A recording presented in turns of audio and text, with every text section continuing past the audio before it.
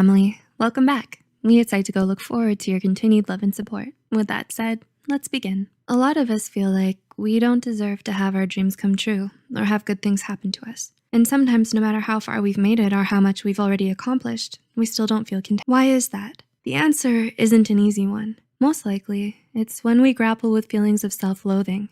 Self-loathing is the hatred important for a person to be aware of their feelings and attitudes towards themselves so they can start to change for the better. Here are 7 signs. Know it. 1. You tear yourself down. Self-hate makes you your own worst critic. Keeping an eye on your shortcomings is a good thing, but not allowing yourself room to breathe stems from an immense dislike for your current. You think extremely harsh things about yourself and indulge in self-pity a lot. So much that tearing yourself down has become a daily habit for you. Everyone makes mistakes, but you're so hard on yourself that you can't forgive yourself when you mess up. You're quick to blame yourself whenever something goes wrong, even if it's not your fault. You never commend yourself for a job well done, but rather criticize yourself for even the tiniest of mistakes. You're plagued by feelings of guilt, worthlessness, and inadequacy that manifest themselves as frequent complaints about yourself and your life. 2. You feel insecure around others. If you find that other people make you feel insecure about yourself a lot, it might be time to ask yourself why. Most likely it's because you're constantly comparing yourself to them and feeling like you'll never be able to measure up, no matter what you do.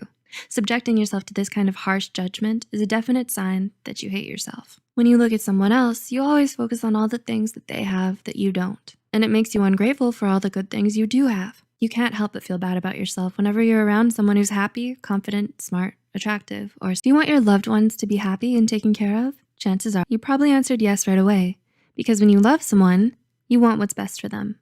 So if you really loved yourself, you'd want that for you too. This is why neglecting your self-care is a form of self-hatred. You don't sleep well, you're not eating right, you don't exercise, you don't try to look nice for yourself, and you don't do things that make you happy. It's not that you don't have the time, it's more about refusing yourself the pampering because of a deep-seated grudge with yourself. Since your insides are at war with you, it only seems right to let yourself show it outwardly as well. So when you look in the mirror, all you see is a haggard reflection, unworthy of love, and that's how you like it. 4. You don't let yourself be happy. You're a pessimist who's quick at finding the negative action.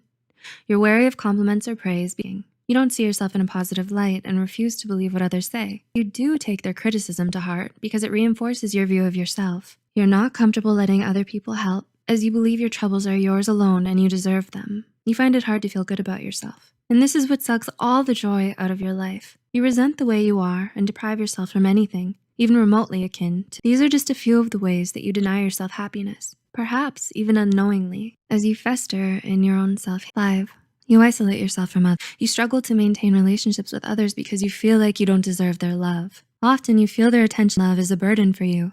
You don't consider yourself good enough to remain in the circle. Since you have a low concept of your own self, you feel like they're judging you as well. It may look like they're doing you a favor by including you because you think they're better off without you. You feel guilty for hanging out with them because you believe your presence is an intrusion upon them and you're holding them back.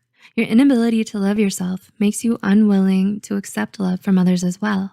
As a result, you isolate yourself to refrain from inconveniencing others with your presence. 6. Or when you're around other people.